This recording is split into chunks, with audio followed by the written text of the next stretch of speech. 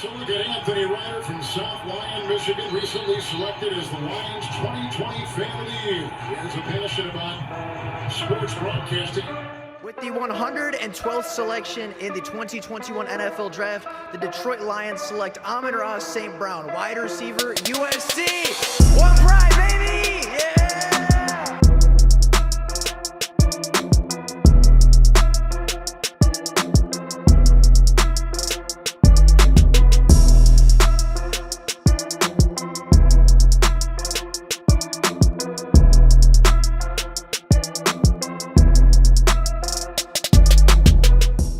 What is going on, everybody? Welcome back to another Detroit Lions video. Now, the Detroit Lions a couple days ago decided to make a trade for a wide receiver. At the trade deadline, instead of taking a look at their secondary, instead of taking a look and trying to upgrade their defensive line or their pass rush or any position defensively, they decided to look on the offensive side of the ball, sending a 2025 sixth-round selection to the Cleveland Browns in exchange for Donovan Peoples-Jones, a wide receiver that last year had over 900 receiving yards and 3 touchdowns, but this year really hasn't been able to find a consistent role on the Browns offense. Donovan Peoples-Jones is a Michigan alumni and a former 6th-round pick from the University of Michigan. He's in his 4th year as an NFL wide receiver, and as I said, last year was very productive for the Browns, but after trading for Elijah Moore, his role was diminished, and he was really taken off the field more than he probably should have been.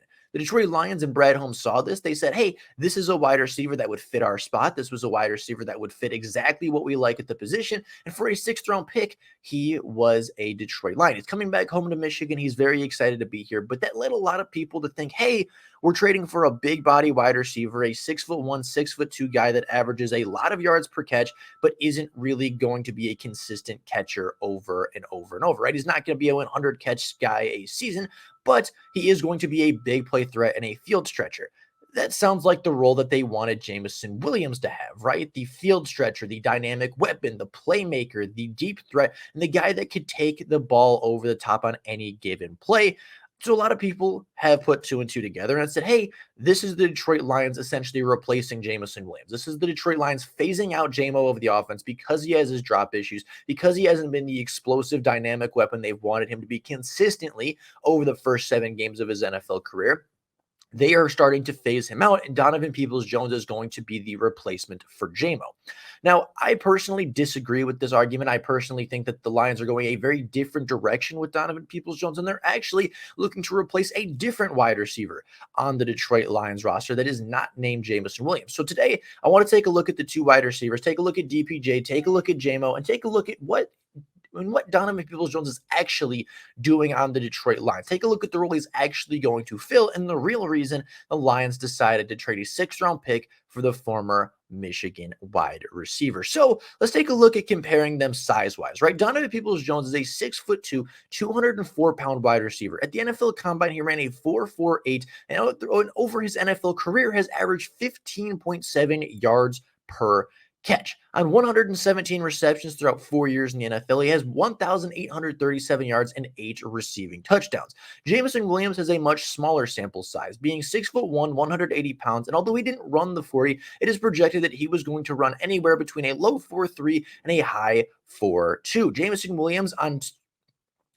Williams on his 7 career receptions is averaging about 16 yards per catch, having 112 yards and 2 touchdowns to go along with it. Now, a lot of people are very upset with Jameson Williams so far. A lot of people think throughout the 4 games that he's played, he really hasn't impacted the game, and he really hasn't had very much of an impact at all throughout the 4 games that he has played this season. In the 4 games he's played this season, I actually think Jameson Williams is not doing too bad. Jameson Williams is finally starting to get comfortable in this offense, is finally starting to see a decent target share in the offense that likes to spread the football around a lot. And even though the big plays aren't quite there yet, Jameson Williams has made a couple big plays. Jameson Williams has made a couple plays on tape that aren't necessarily going to show up on the stat sheet. And Jameson Williams has been closer to making a couple more big plays if the ball was either in the right place or if one tackler wasn't quite able to make a shoestring tackle. Jameson Williams has been in position to make quite a few plays, and he's done it pretty well despite the stat sheet not being phenomenal.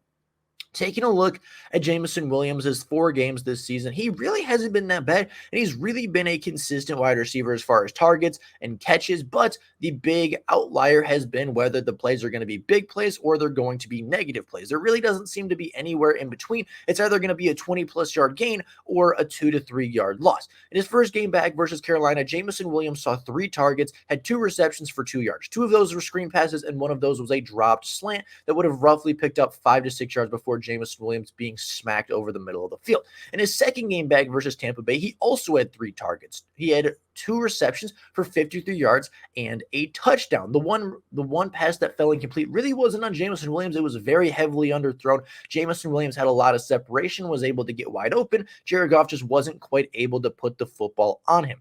Then in week 3 of Jameson Williams' game, then in week 7, Jameson Williams' third game back, he had 6 targets in Baltimore, but was unable to come away with any of them. A couple passes were out of bounds, a couple passes were late, and one I would give Jameson Williams turned the wrong way initially, and I would say is a drop on Jameson Williams' career, is a blemish on that resume. But really, Baltimore was kind of an outlier game. It was a game that nobody really played well. Everybody had drops in that game, and Jameson Williams had 6 targets, but was unable to do a whole lot with them. Then in Las Vegas, he bounced back, and he had 3 more targets, 2 more receptions for 16 yards. He had a 5-yard loss on that kind of jet sweep that Max Crosby came unblocked. That is not his fault. There is nothing he could do on that play, but he came back a couple plays later and made a 22-yard reception to pick up a first down and move the chains for the Detroit Lions in a situation where they very much needed it.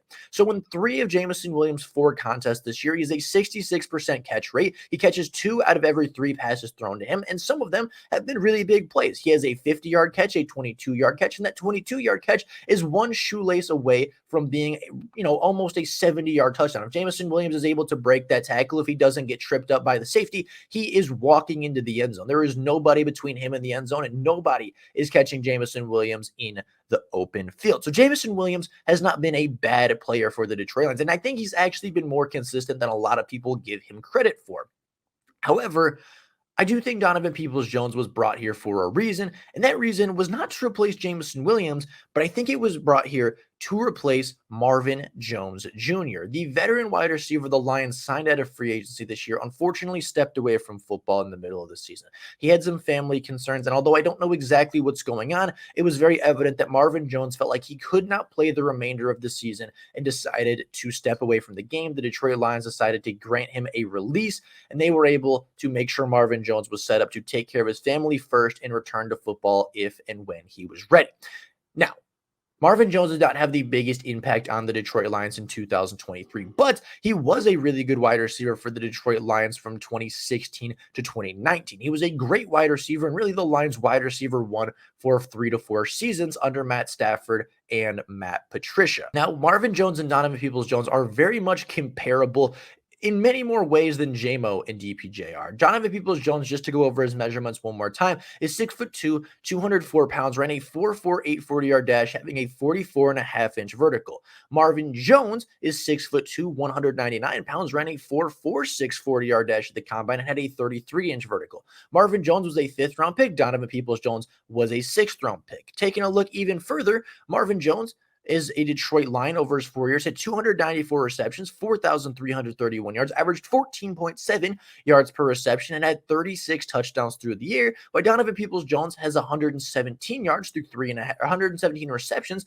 through 3.5 years for 1,837 yards, 15.7 yards per reception, and 8 touchdowns. The play style between them is much more similar between DPJ and Marvin Jones than it ever has been between Donovan Peoples-Jones and Jameson Williams. I think DPJ is brought in to replace what Marvin Jones was for the Detroit Lions in 2016, what he was for the Detroit Lions in 2017, and what he was supposed to be for the Detroit Lions this time around.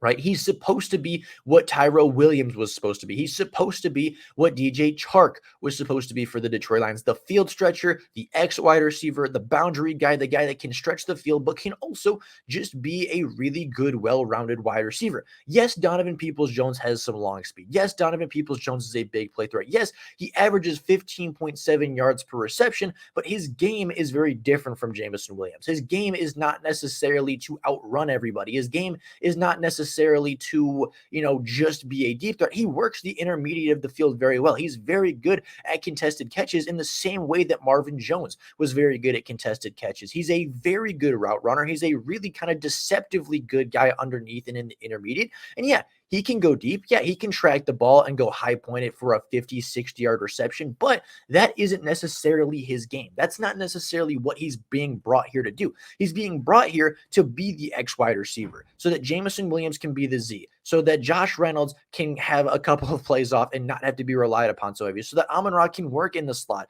and work with some more open space. Donovan Peoples-Jones is being brought here to replace Marvin Jones. And to a lesser extent, I think he's being brought here to improve upon Josh Reynolds as far as a bigger play threat and maybe a guy that can break a couple more tackles, get a couple more yards per reception, but he's not being brought here to replace Jameson Williams. Donovan Peoples-Jones will have a role in this offense. I'm not exactly sure when it's going to happen. I'm not exactly sure if he's going to start versus the LA Chargers. I'm not very sure if he's going to play a whole lot versus the LA Chargers because we know it's going to take some time for Jared Goff to develop some chemistry with Donovan Peoples-Jones, but we do know he's not being brought here to replace Jameson Williams. He's not a same player as Jameson Williams. He doesn't play the same as Jameson Williams, and he's not going to be used the same way as Jameson Williams. This is a move to replace a veteran wide receiver. This is a move to get an X wide receiver for a long time, a young X wide receiver that, yes, can stretch the field, but can also work intermediate, can also work underneath, can also catch a screen and break a tackle, can fight through contact for the football, can fight through contact for a reception. Donovan Peoples-Jones catches in contact, his catches in traffic are incredible. His ability to catch and maintain possession through contact of the DB, through tackles, is really, really impressive. And it reminds me a lot of what Marvin Jones was able to do for the Detroit Lions when he had his first stint in Detroit a couple of seasons ago. I do believe that Donovan Peoples-Jones will have a role in this offense, and I think it will look very similarly to what the Lions used Marvin Jones for, and what they wanted DJ Chark to be, what they wanted Tyrell Williams to be, and what they've wanted all of these X wide receivers to be.